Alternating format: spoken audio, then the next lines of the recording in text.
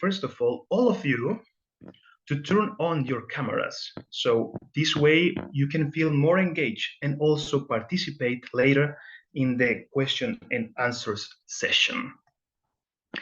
The purpose of this series of discussion is to raise awareness on the importance of climate change. Also, we will provide new insights and valuable knowledge on the importance of this matter in the world. And finally, we will equip ourselves with this valuable knowledge in order to teach our children and the future generations to have a better future. Now, in this way, considering the last point, this program is in collaboration with the Indonesian community Ngete Sore.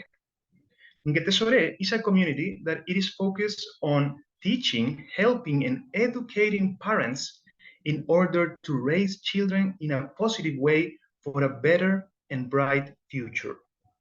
Now, in this regard, I would like to invite the founder of Ngete Sore program to please share her insights regarding this program with us, and also what is the relationship with climate change. So please, let's welcome Mrs. Hassana Safriani.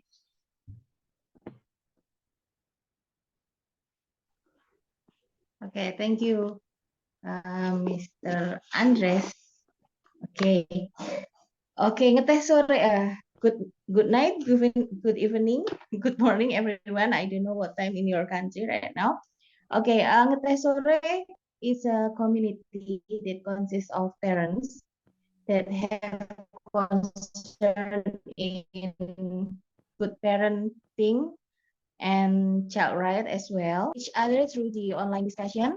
And we have discussed many topics, and climate change is one of our topics. So let's talk about it. Thank you. I can wait to hear your story from your country. Thank you. Back to you, Andres. Thank you very much, Mrs. Hassana Safriani, for your comments, and we really appreciate your cooperation now with us. I know your task with the Indonesian community is really important, so thank you very much for that. Now, we will start the second discussion on this matter, One World, One Goal. Last week, we had the first discussion about it, and we talked about water shortage and droughts. We had the participation of different speakers around the world, for example, from Panama, from Myanmar, from Yemen. Now, in this second discussion, the title that we are going to be analyzing is Strategies for Dealing with Environmental Pollution and Waste Management. So we have a different focus today. We also have different speakers from different countries, which are also facing these issues as all the countries around the world right now. So I would like to invite you, after the speaker finish, all of you are cordially invited to ask questions related to it. It can be specifically to one of the speakers or general questions. If you want to give comments or even recommendations in order to learn together, it will be really appreciated. So please, at the end of the discussion, don't hesitate to raise your virtual hand or to raise your hand in camera to provide your question or your comment.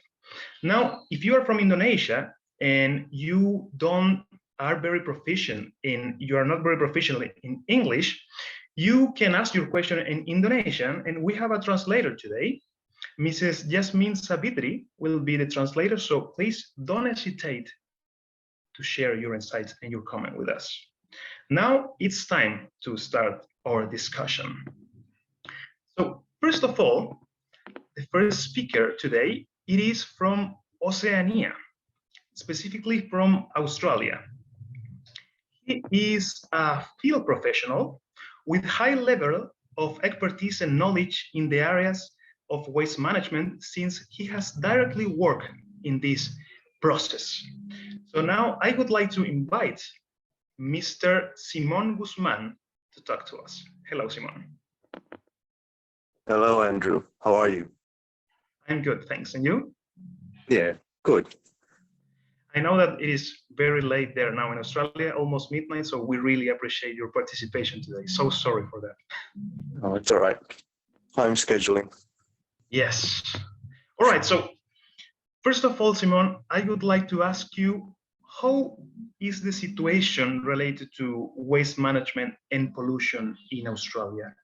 If you can please share something significant about it with us. Well, more or less in Australia, every person generates about 100 kilograms of plastic waste per year. Plastic bags are very light, so that is a lot of plastic to be able to make 100 kilograms. I've got some stats here. 2.5 million tons of plastic is generated by Australia per year, and this is waste product. This is waste plastic. This is not products. This is waste. 13 is recyclable and is recycled. 84% is sent to landfill, and Australia does not even keep its own landfill. It sends it to other countries, to developing countries. It sends them to other countries' landfills. And about 13,000 tons end up in the ocean by the end of it. Basically, Australia is not a good example of how first world countries should be acting regarding waste. Government avoids responsibility completely. I'll give you an example. If I go to the shops right now and I want to buy apples, I can't just buy apples. The apples are all ready.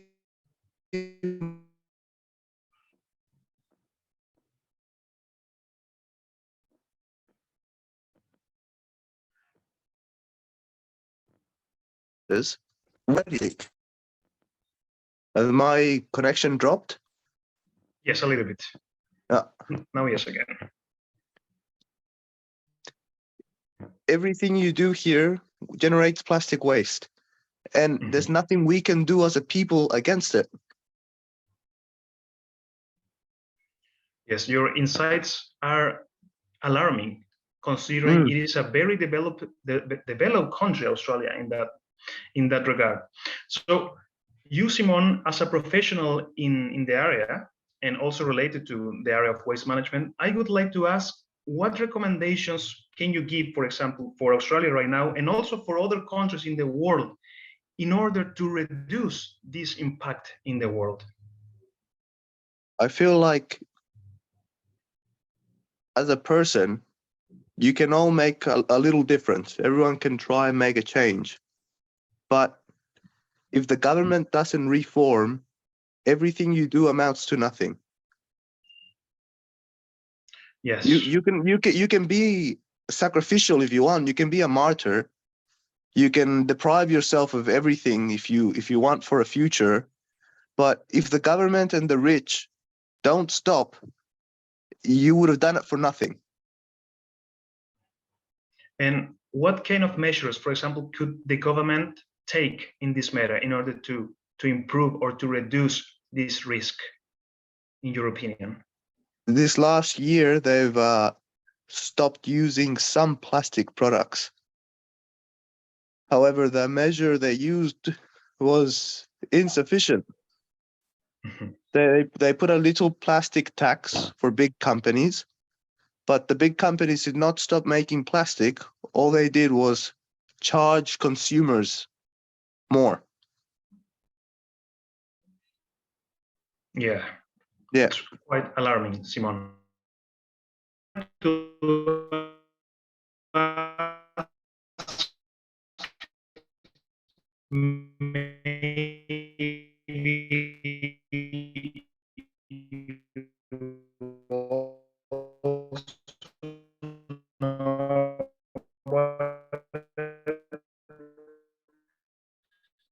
Is it possible to do something as individuals? Places in the world, I'm not sure the conditions of other places. If you want to make a change, it'll have to be at a governmental level. You can you can make small changes that does help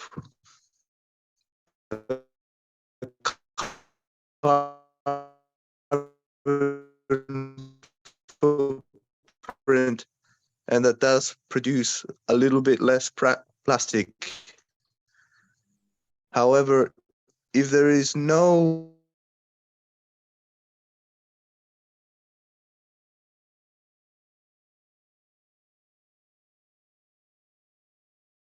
environmental entrepreneur and also known as sociopreneur.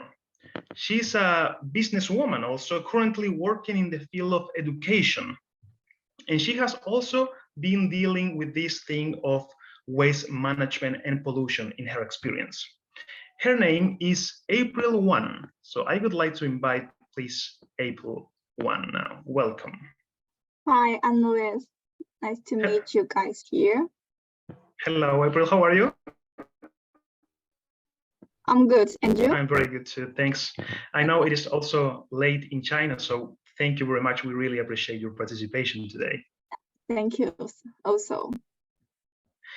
All right, April. So I would like to ask first, how is the situation nowadays in this regard, talking about waste management and pollution in China? Can you please explain us? Yes, of course. And actually, in the recent years, government put more effort in the environment pollution, this kind of the area. So I think the situation is much better now, because the people just pay attention to the pollution, pay attention to the environment protect. So actually, and the China's government also take many actions. For example, of the pollution, if they do the wrong thing, and they will get in the yes, they will pay for it. Yeah, that's very interesting, Ariel. So we know that China is striving to deal with this matter, is taking action. So that is really good.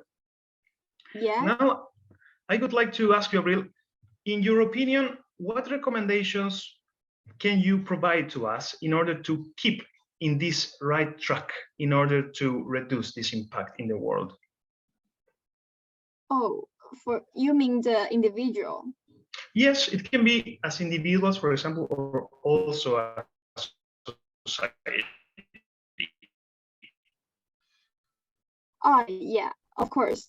For example, like individual people. For example, for the buying some food, and they will use the plastic bag.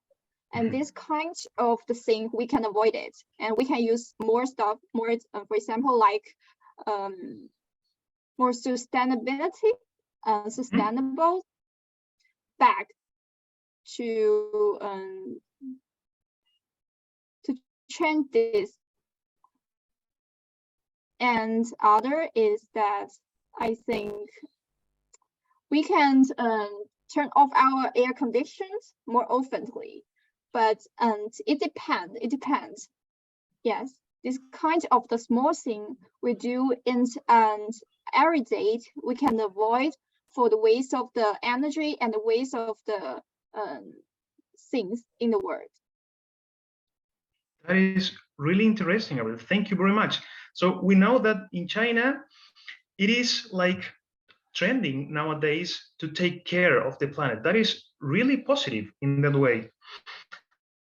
Last question for you, Abril. Do you know what specific measures is taken China in this regard, for example? What is being applied in order to reduce this impact in the world? What measures? Can you repeat the question? Yes. I would like to know what measures, for example, is taking China right now in order to reduce this. Oh, okay. I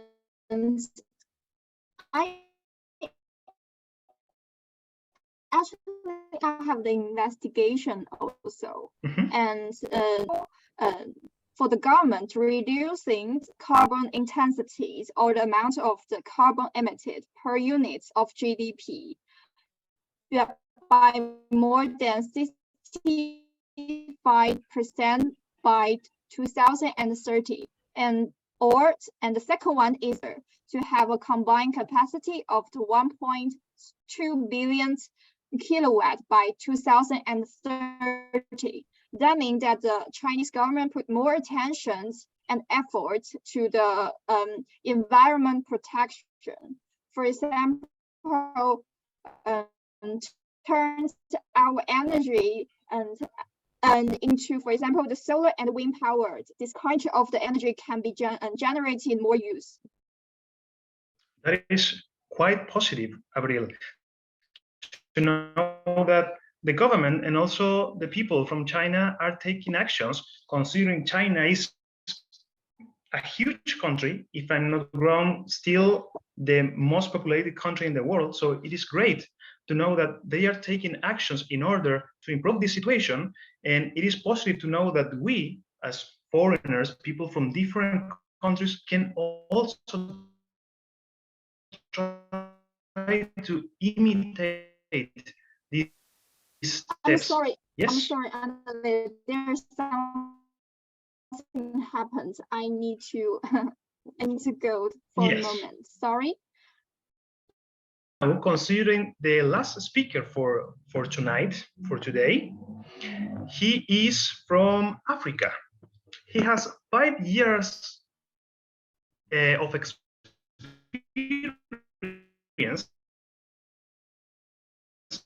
as a researcher.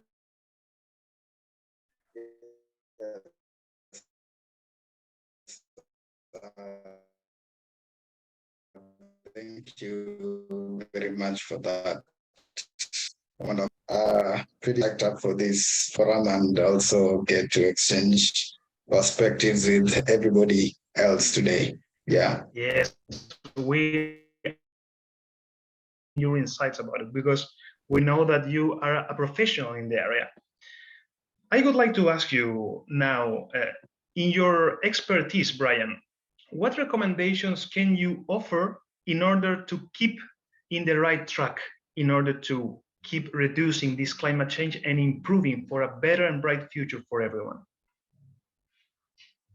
Well, first of all, climate change has become very real everywhere in the world. Currently, we've been having it's really become actions of humans. I would say, just as I mentioned before, this is a cumulative effort, both on a governmental level, on community level, and on individual level. I have worked before, especially on community level, whereby we were working with certain communities to help to alleviate the issues of waste management. And through the process, we engaged the community to deal with the waste, how to collect waste, and also how to dispose waste. And through this exercise, we were also training them, making them aware of the importance and the need of managing the waste, especially in terms of our own environmental protection. And also there are other many factors connected with that, because poor waste management will also lead to health issues as well. So community level, that would be great to continue sensitizing the communities and having like community cleanups of waste in the environment. Secondly, we definitely need to continue pushing the governments in order to place policies which will curb waste pollution, just like Kenya did in 2017, bringing a very strict ban of single-use plastic, which is a big culprit in causing a lot of pollution. These policies are important to kind of like increase the movement towards a better environment. So I would say, especially in terms of the policy And also the government needs to work together with the different partners. They need to work with the businesses, they need to work with NGOs so that they can kind of create an integrated framework of how they can better approach these businesses in this area, so that they can see how they can be able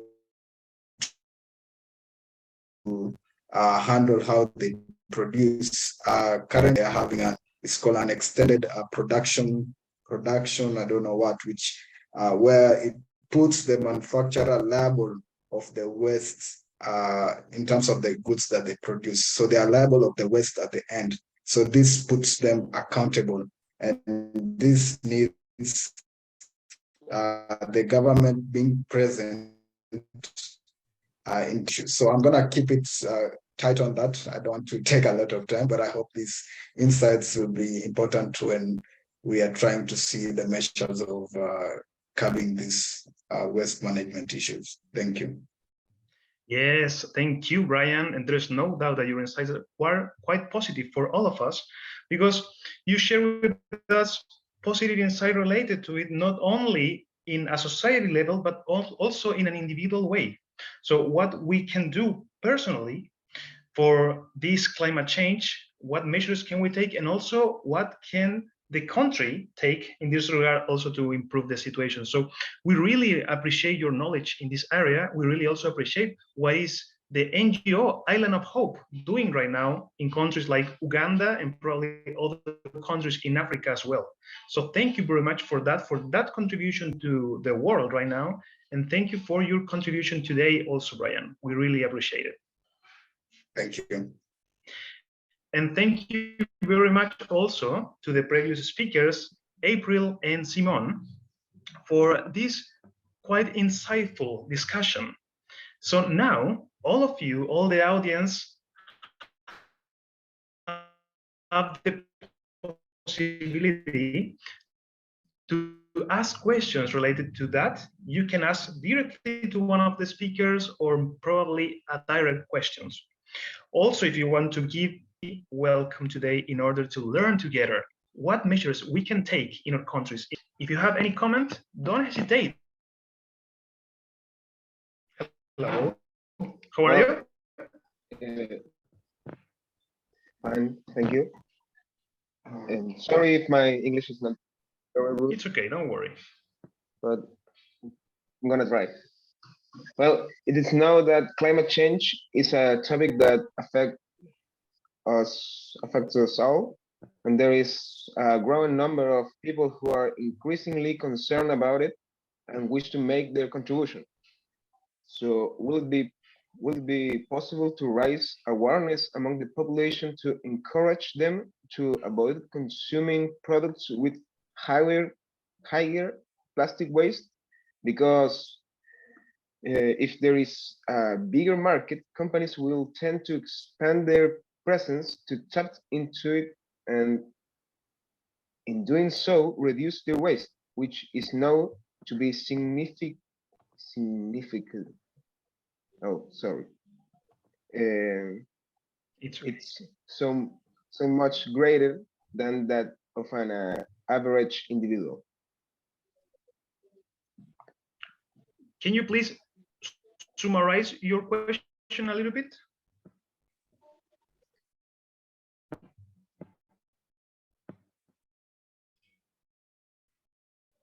You are mute, Benjamin.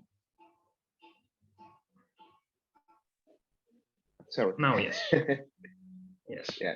If will it be possible to raise awareness among the population to encourage them to avoid consuming products with higher plastic waste? Interesting question. Very good.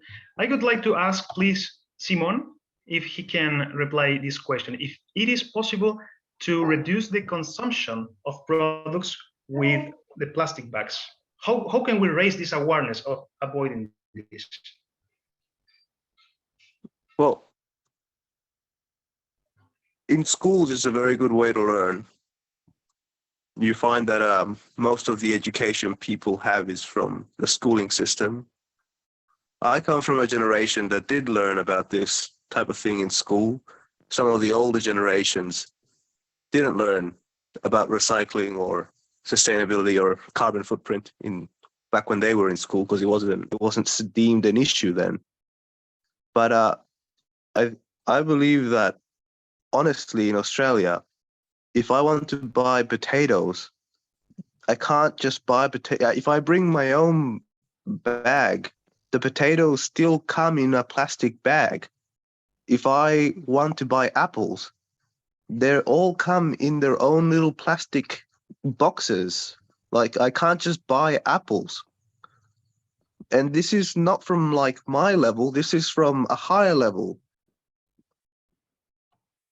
There is nothing I can do about the apples coming in covered in plastic. Ridiculous amounts as well. Yes. Because everything comes in plastic. Wow, that is really, really impressive. Not in a positive way. That everything No, it's horrifying. yes. It's horrifying. Exactly. What about in Yeah, Kenya, Brian? Do you think it is possible to raise awareness in this way? I'd like to jump on a little bit about what Simon is talking, and that's quite disappointing, and it's quite hard, like as an individual, to deal with that kind of scenario. Right now, as I said, in Kenya, if you go to the shop or if you go to the supermarket, you will not get, let's say, if you want to buy tomatoes or anything, you have to go with your reusable bag. So in that way, it helps to reduce the pollution. So I can see how, on a policy level, it would make very sense to push such kind of changes, especially on a policy level, so that the government can put bans or policies which will cap the use of plastics, especially by businesses and so on. Andres, you are asking a question, right? About the Yes. measures. Yes, like Yeah. how we can raise awareness in this way to avoid buying products in the plastics, like Yes. a kind of protest, probably. Yes, that could be, that is also one of the options of having campaigns in order to kind of push the government to put in place regulations. The one which I have been doing is mostly on community levels, especially on areas where there was a lot of waste. So we've been going around these communities to sensitize them because they had low waste management literacy, so that they could understand better on how to manage them and not just go and dump waste anyhow. So in that way, we're focusing on areas which had a lot of issues regarding with waste. The other way is that we can also leverage technology to reach more masses on the internet, on social media, and put videos and infographics or anything that will enable people to run through this campaign of improving the environment, and also providing short tips on how to deal with the environment, and also providing the importance of waste management through social media and so on to as many people as possible. And I really agree with also within education, it's very important if there could be modules whereby young people are being, young or any age, they are being taught about the importance of waste management and so on. Yeah. Thank you very much, Brian, and thank you very much, Simon, to the experts today for replying that question. I hope it's clear for Benjamin now. We also have a question from Anurisa. Please. Yeah, thank you, Andres, for the opportunity of this online discussion. Is my voice clear? Yes. Yes. Okay.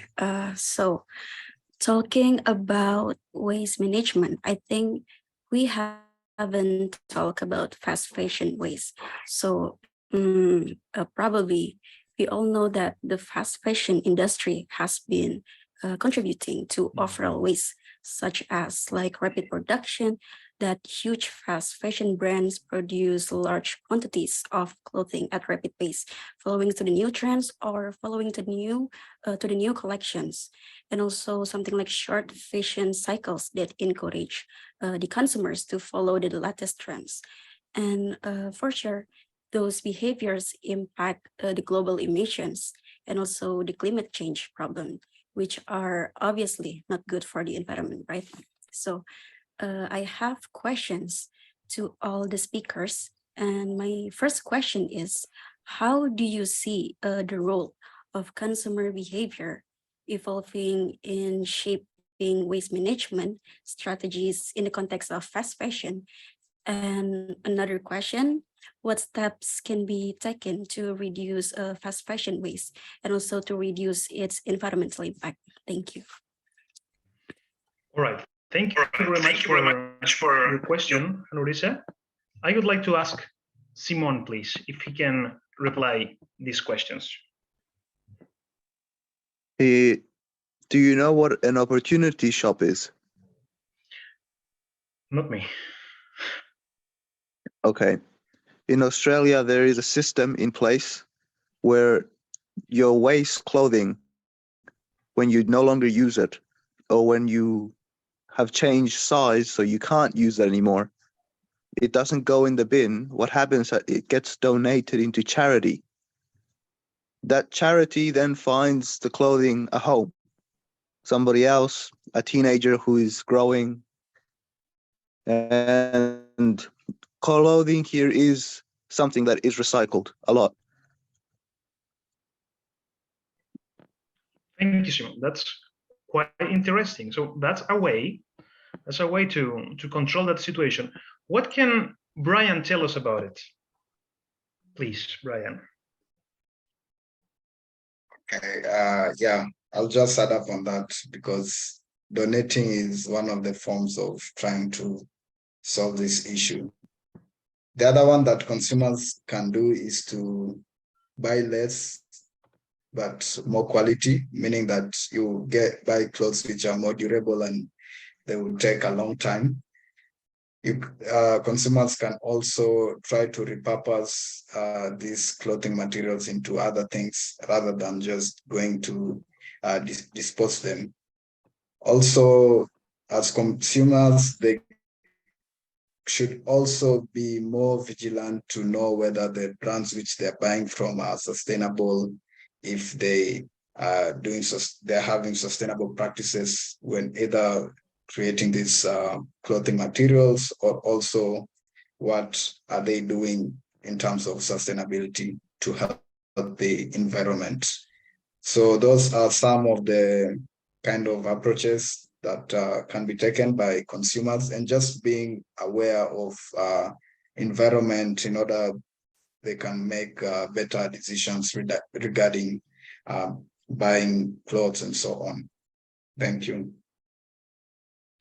Thank you very much, Brian, for your insights. And thank you very much, Simon, also. I hope that can reply Anurisa's question. So now we would like to take the last question for today because we're almost on time.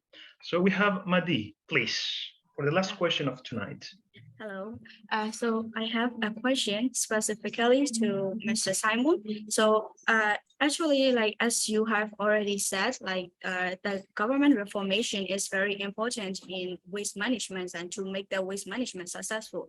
And you said that Australia actually is not doing very well. So however, from what I have known, that Australia is also leading in waste to energy process, etc. And also like they always mention that their commitment to reduce like 80% of average recovery rate by 2030. So do you think that they can achieve that, or do you think that the commitment is not possible? So I want to know about that. And also for other speakers, also like if they have any commitment like that, if they think that they are doing well for that commitment or not like that. Thank you.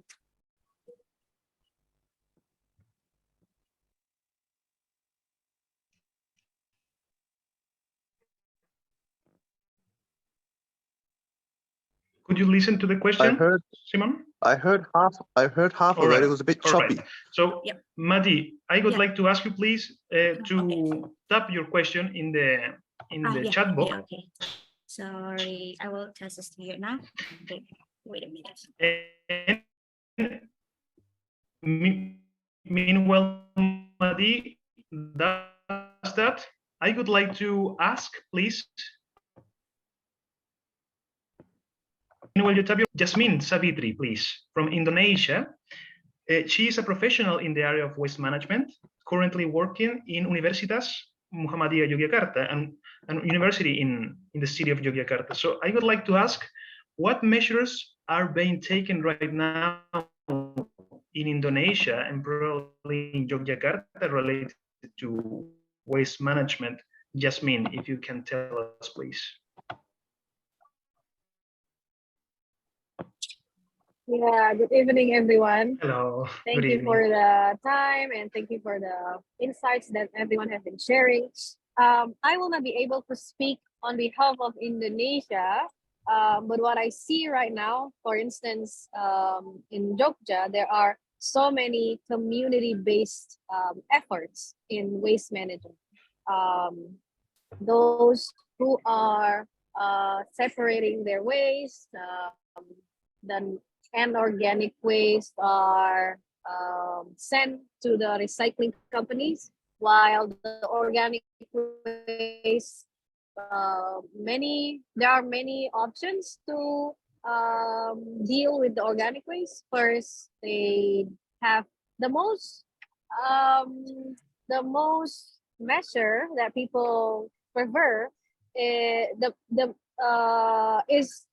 maggot farming, because they can sell the maggot.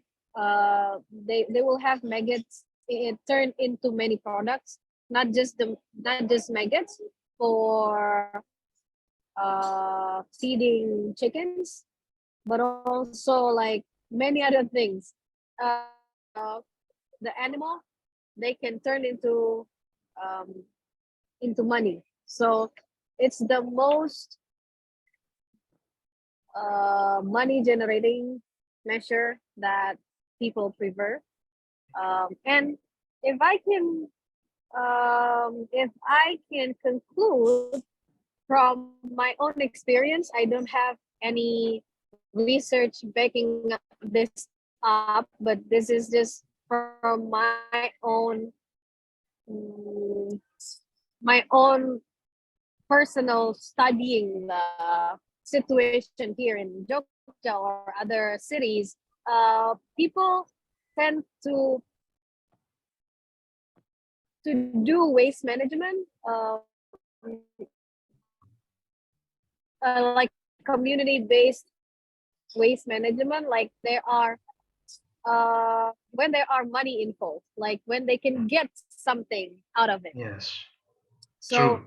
That has been the most like the biggest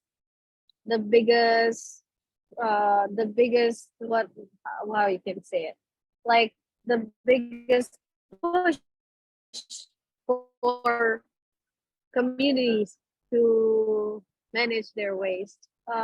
So what I like to highlight here is, first, how can we I mean, we cannot force people to you need to manage your waste. It's not an easy task, because we don't have the necessary, in Indonesia, we don't have the necessary resources to do that. So people need to put on a lot of efforts to do this. If there's no money involved, then it's quite understanding. It's quite understandable why when people choose to when people want to do this, if there's money involved. Yes. You know what I mean? So yeah, first that, and how there another thing is the collective efforts, how it is done on a community base. I think that is what we should support, what we should promote. So it's not an individual, like one household. It's gonna make every. I think that is, and also integrating it to other other sectors as well. Like for instance, there's one village, they use the maggot farming. They use the maggot to feed chickens, or waste from you, you know, when mung beans become the beans, the mung beans become the, what is it called in English? I don't remember. Maybe someone from China knows it. Yeah. So Probably. when mung bean is put and they turn into Yes. another form, you know, and then the green cover, it is used to feed goats, you know. Oh. So how we can integrate this into not just waste management, but also food security Yes. for the community. So I think we need to also sectors as well, Mhm. not just thinking, because everything is now Yes. connected, right? Yeah, that's, I think I've been talking too much. Sorry. It's okay. Thank you very much, Yasmin, for your insights. So we have seen that it is quite similar, the situation, and it involves the participation of everyone. It's not an individual. In my experience also living here in Indonesia, I have seen that people really work for something when they are together with their friends. If this is, for example, related to climate change, they go all together if it's with a group. So it's the impact will be better in a positive way. Thank you, Jasmine, for that. So to finally conclude with this, I would like to mention the question of Maddie that she tapped in the chat box for Simon. It says Australia has always mentioned to achieve 80% average recovery rate from all waste streams by 2030. So the question for Simon is, do you think they can achieve their commitment by considering all their doings, like waste to energy process, etc., for other countries too, if they have their commitments? Please, Simon, if you can. It would seem that the Australian government is more focused on energy than waste. It doesn't seem to care about waste at all. All its efforts is going into switching over energy sources right now. Regarding energy, I think they are planning to achieve something like that by 2050 or 2055 was a recent announcement. 2030, they want to start making bigger changes. The problem with Australia is the same problem that America has and Britain, is that the people and the government are very far apart. And the government just says things to keep the world quiet. Yes. So we can see that Australia right now has probably a different focus, which is not the waste management, probably more in energy and maybe more in technologies or other factors. Thank you very much for your insight, Simon. Lastly, I would like to mention the question of Nia here. For Brian, please, the last question of today. What is the most important thing to start a good waste management that is not only manage the waste, but also give impact in other areas, especially in economy? If you can reply this, please, Brian. Okay, thank you for that question. I'm aware of certain communities which are engaged in reusing. So they receive, let's say, waste products that could be like, for example, the tires and other kinds of plastics, and they are using them to create products, let's say like sandals and so on, and they are actually selling them for getting income from it. So there's a number of these examples whereby communities are being engaged to make something out of the waste, and they're generating income. And these instances have been especially engaged by a number of NGOs and also people who are who are like at the forefront of the climate change progress, especially here in Kenya. And these communities who are engaged in this actually might be needing extra income and so on. And these initiatives have really helped those communities. So I'd like to think this is one of the ways in which it can generate economic values for the community by repurposing this waste into something that would be valuable to the community and so on. Thank you. Thank you very much, Ryan. There we got one example for that, for Nia. I hope this replies her questions. So this way, we are finishing today our second discussion on climate change, specifically related to waste management and pollution. We have got so many new insights and valuable knowledge from different countries, for example, from Australia, from China, from Kenya, from Indonesia, and we know that we can apply these suggestions in our countries in order to reduce this impact. Because as we can see, it is not only affecting our own countries, but it is something in all the world right now. And in some countries is a little bit more intense, this situation, than in others. So we have to keep striving and fighting also to reduce this. Thank you very much for all the speakers today, to Simon, to April, and to Brian for their valuable insights. And thank you very much also to all the audience. Thank you, Mrs. Hassana Safriani, and thank you, Jasmine, also for your participation. I will see you the next week for the last session, which will be related to green growth. Thank you very much, everyone. Bye-bye. Bye-bye, Andres. Bye-bye. Thank you very much. Thank you, everyone. Thank you, Brian. Thank you, Simon. Thank you very much. Good night, Simon. Bye-bye, Benjamin. Bye-bye, Karina. Bye-bye, Thanks. Anurisa. Bye-bye, Mr. Aris. Take care. Thank you, Andres. Bye-bye. Thank you, Nia.